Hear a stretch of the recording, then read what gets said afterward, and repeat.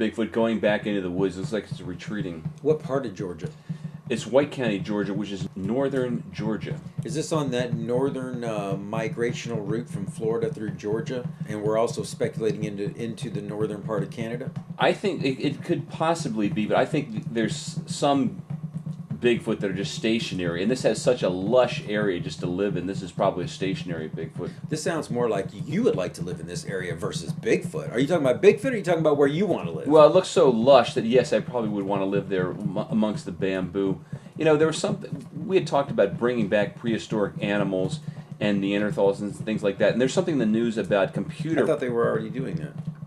Well, they're talking about doing it. No, they're not. They haven't actually done it yet. Do you know any that they've actually brought back? Any animals they've actually brought back? Well, I don't know about the animals. I thought maybe they did already start doing that, but I know that they have brought back some prehistoric plants. Plants, yeah. They have actually gotten them to come back to life. Right. Well, they haven't done that yet with animals, but there's computer models that they're using, that they're working on in order to determine what at a crime scene, for example, and this is forensic, and police related, where they can determine through computer models of DNA what the suspect would look like. So if they have their blood, their DNA on the site, they would then be able to say, oh, this person looks like this, and have a pretty reasonable clue. So you wouldn't have the need for eyewitnesses, you're saying, after something like that would...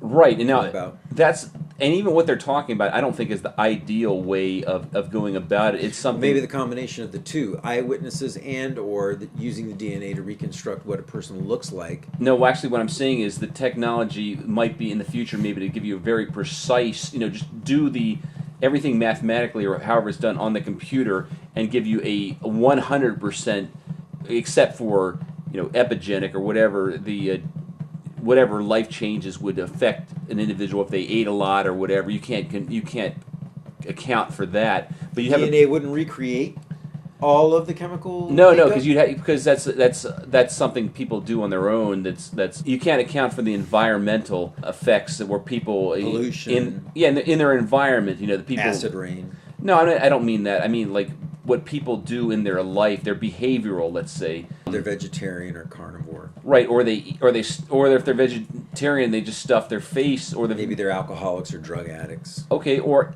also if they've been in a car accident or something like that, you can't account for since somebody's disfigured or something like that. But so they can get a pretty good idea of what the person looks like. Yeah. Now I want to talk about the next episode. What if they can do that with humans? Then they could do that with. Well, they're doing that now with DNA for Neanderthals. Let's talk about the next episode.